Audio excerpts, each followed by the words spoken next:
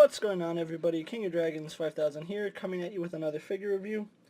Today we'll be having a look at the Marvel Legends Spider-Man series Build-A-Figure, the Sandman. Here you have Sandman fully assembled. Sandman does come in a wave of 7 figures. The 7 figures you need to complete Sandman are Green Goblin, Spider-Man 2099, Spider UK, Miss Marvel, Spider-Man with the symbiote suit, Jackal, and Shocker. Once you have all 7 figures, you can make your very own Sandman.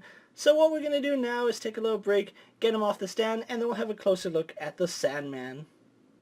So here we have Sandman fully assembled and off the stand. And before we have a look at the figure, let's take a look at what Sandman comes with. Sandman is one of the few figures that's a Build-A-Figure that actually comes with accessories. Sandman here does come with 2 interchangeable heads. He comes with the head that you see on him right now where he's grimacing and angry. And then he also does come with a head where he's injured and yelling and his head is transforming into sand.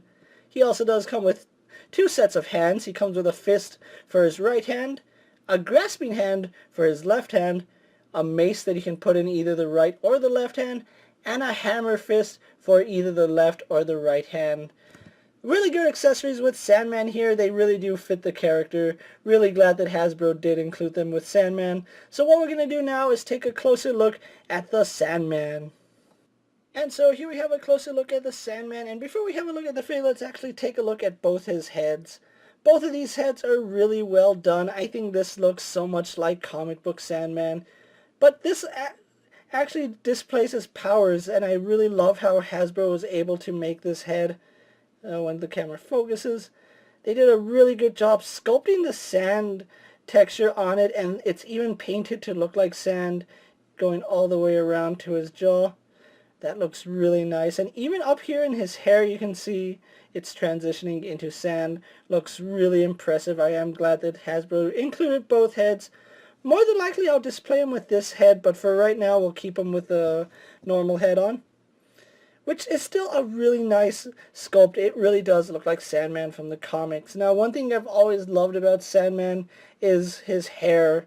They did a really good job sculpting his hair. It looks like sand. That's the best way I can put it. Sandman's hair looks like sand, and Hasbro did a really good job sculpting it. The paint is done really well, even though it doesn't display his powers. Really glad that it is painted clean for the most part.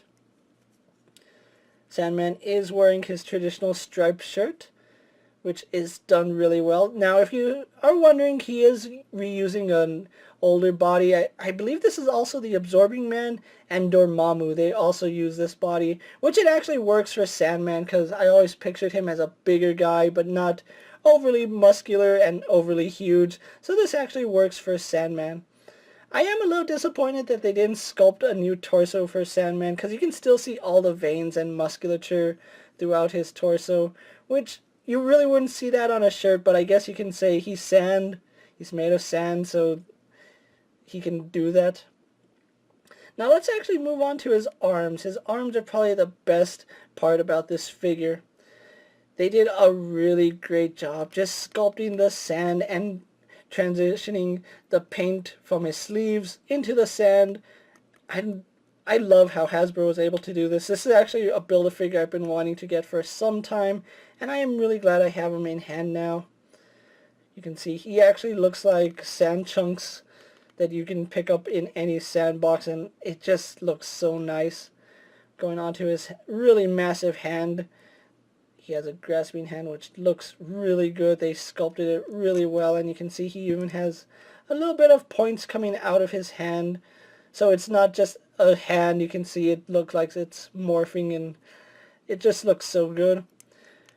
Moving on to the right hand, we do have a giant fist, and you can actually see the way that it's sculpted and the way the spike is actually attached. It looks like cracked sand, and that's really impressive. It's not meant to look like cracked sand, but it looks like cracked sand. And they just did a really good job implementing that onto the figure. Just overall great detail, great paint apps. Again, love the transition from his sleeve to the sand arm. Having a look at his torso, his belt is a loose appliance. Like I said, this is a body we have seen in the past before. He is wearing his standard brown pants and they look really good. Going all the way down. You can see the folds are nicely sculpted. It's not overly wrinkled, but it has nice folds in it too. And he is wearing black shoes. Now, one thing I'll point out is that these giant fists and sand accessories do make him a little bit top heavy. So you do have to be aware of how you're posing him. If you pose him with both hands out, he is obviously going to tip over. And like I said, it's just a lot of weight in the front. So you do have to find that right balance where he's going to just stand okay. You can actually display him any way you want, but you do need to find a balance with how heavy his arms are. With that out of the way, guys, let's actually take a look at how Sandman compares to a few other figures you may have in your collection. Here we have Sandman posed next to a Marvel Legends Cyclops and a DC Multiverse Superman. Here we have Sandman posed next to a WWE Elite Scale figure and a Mezco 1/12 Collective Popeye the Sailor Man. And finally, here we have Sandman posed next to a Marvel Legends Pizza Spider-Man and a Marvel Legends Ultimate Spider-Man. So with the comparisons out of the way, let's actually take a look at Sandman's articulation. Sandman here does sport quite a bit of articulation for a Marvel Legends figure. He only has a ball joint in the head, so he can only look up to about there.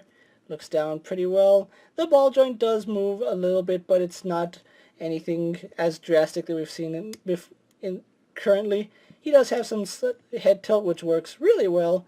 Of course, does rotate on that ball joint. Shoulders do go out to about there. They do a full 360, no issues. He swivels at the bicep, has a single bend in the elbow, and you can see it's already throwing off his balance. He has a swivel and a hinge in every single one of his hands, so fist, hand, mallet, mace, whatever you want to display him with, they all have hinges and they all have swivels. He does have an ab crunch which goes back about that far, comes forward about that far. He swivels at the waist. Legs do go forward to about here, although I have noticed that his legs seem to want to move together. You can see I'm moving the left leg and it moves the right leg too. I can move the right leg and it only slightly moves the left leg. I don't know why it's designed that way, but it does. His legs do kick out all the way to the side. He has a thigh swivel, works really well. Double bend in the knee, goes to about there. No boot. Does he have a boot swivel? It does feel like he does have a boot swivel. Hinge in the shoe, which works good, and forward-facing pin for rocker ankle. So overall, he has pretty good articulation for a Build-A-Figure. What we're going to do now is take a little break, get him posed for my final thoughts, and then we'll wrap up this review. And so here we have the Sandman posed for my final thoughts. Overall, I really love the way this figure came out, and it's been a figure I've been wanting to get my hands on for some time. However, every time I tried to pre-order this figure, something always came up, and I was never able to afford the entire wave. The only one I was able to pick up was Spider-Man in the symbiote suit, which was from about a year and a half ago at this point. Now, if you are wondering how I got a hold of my Sandman, I was lucky enough to pick him up at my local Comic-Con. So, huge shout out to El Paso Comic-Con vendors for having this guy available for pickup. I was actually slept on him for a couple of days. I should have actually picked him up day 1. I picked him up on day 3 for only $60, which is really good, seeing as how Sandman here does go for anywhere from $90 all the way to $110. If you can find Sandman for a really good price, or even just the components to build him, I really do recommend you pick him up, especially if you're a fan of Spider-Man or just want a really good figure in your collection. With that being said, guys, I'm KingofDragons 5000. Don't forget to like this video, leave a comment, subscribe to my channel, go check out all my other action figure reviews, as well as all my other Marvel Legend videos. Hopefully you find them informative. As always, if there's a figure you would like to see me review, let me know down in the comments, and if it's in my collection, I'll definitely have a look at it. And while you're at it, don't forget to check out my Instagram account for new and exciting action figure photos. Until next time, guys, I'll see you later. Take care, everyone.